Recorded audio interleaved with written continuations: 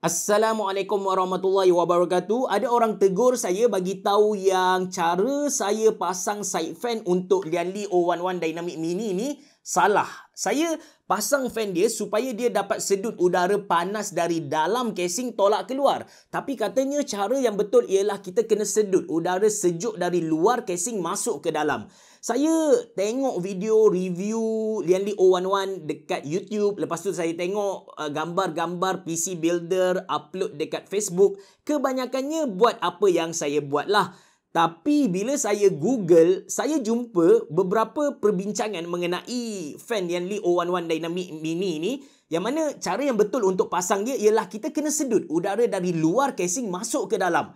Alang-alang benda ni dah jadi confusing, saya fikir why not saya test sendiri. And alang-alang dah kena buka casing, buka fan, pasang terbalik dan sebagainya. Saya fikir why not saya buat satu tutorial bagaimana apakah combination fan, cara pasang fan terbaik untuk kita dapatkan thermal performance yang mantap. Anda bersama saya Ashraf Jeffrey dalam channel YouTube Mona Lisa. Kalau anda belum tekan butang subscribe, pastikan anda tekan butang subscribe dan juga button loceng yang ada dekat tepi dia.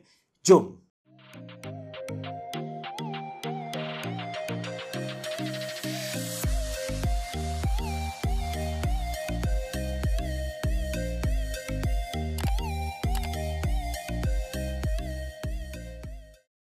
Video ini disponsor oleh Cooler Master. Kalau anda tercari-cari kipas casing yang padu, anda boleh dapatkan Cooler Master Cycle Flow ARGB Reverse Edition. Basically, ini adalah upgrade version of Cycle Flow. Sebelum ni yang mana frame dia lebih solid, bilah kipas yang terbalik dan bunyi yang perlahan. Yes, anda tak tersalah dengar, bilah kipas yang terbalik, jadi aliran udara pun terbalik. Of course, dia datang dengan ARGB LED. Anda boleh dapatkan seketul-seketul ataupun satu set. Link ada dalam ruangan description box below. Alright, semalam seharian saya bertungkus lumus cuba cari susunan kipas yang terbaik supaya dapat bagi thermal performance yang mantap kepada kita. Saya start eksperimen ni, saya kena cabut bahagian kipas di bahagian atas, saya pusing dia supaya aliran udara tu bertukar. Lepas tu sama juga bahagian bawah, saya kena buat benda sama, bahagian belakang, bahagian tepi.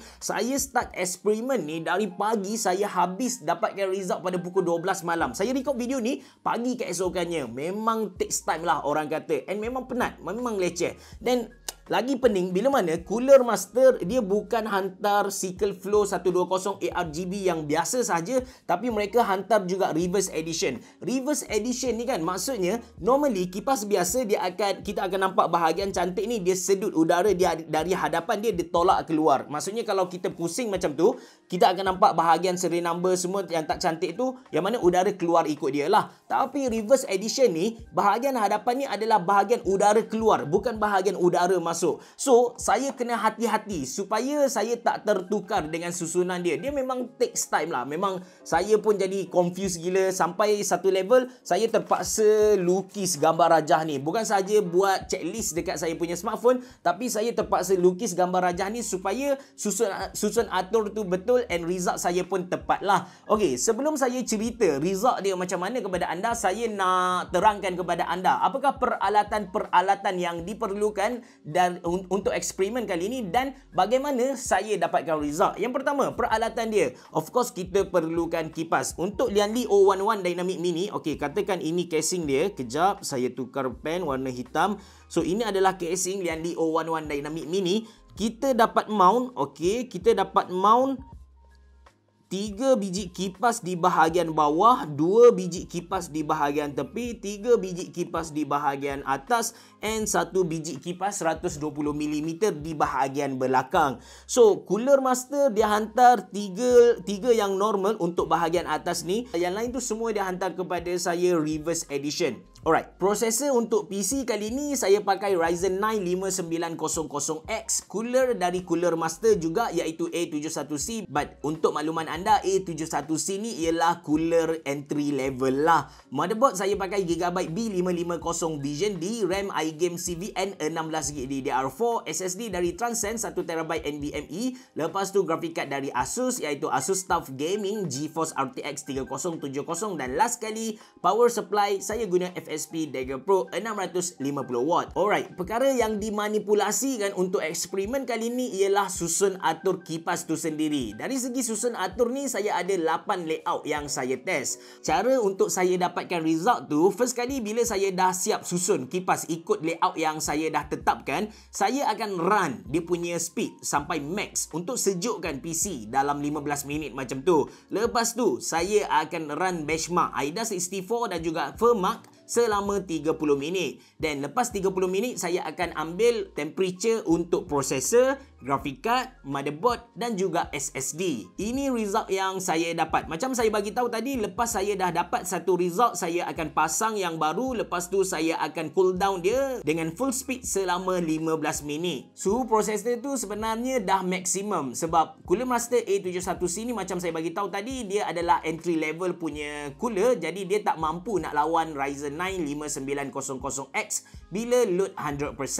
Ni kesilapan saya juga sebab saya tak tukar kepada cooler yang lebih power, tapi kita abaikan dululah untuk prosesor ni. Cooler Master A71C ni kalau takat Ryzen 5 tu okey lagi, tapi kalau nak guna untuk Ryzen 7 dan ke atas memang out. Alright, dari graf ni result yang terbaik ialah dengan susunan bawah dan tepi udara masuk, manakala atas dan belakang udara keluar, which is susunan yang orang tegur saya tadi. Yang kedua terbaik ialah susunan bawah, tepi, atas masuk, belakang keluar. Dan yang ketiga, tepi masuk, yang lain tu kita set keluar. Sebenarnya somehow perbezaan suhu bagi susunan ni tak jauh beza, kecuali kalau kita set semua udara masuk ke dalam lah. As long as ada kipas yang sedut udara sejuk dari luar casing ni masuk ke dalam, lepas tu ada kipas yang sedut udara panas dalam casing tolak keluar, tak ada masalah, dah memadai lah. Dan sebenarnya bila kita bercakap tentang airflow dalam casing ni, dia ada dua jenis airflow lah. Yang pertama kita panggil dia sebagai negative airflow, bila mana udara keluar lagi banyak compare dengan udara masuk. Dan kita ada positive airflow, bila mana udara yang masuk lagi banyak compare dengan udara yang keluar.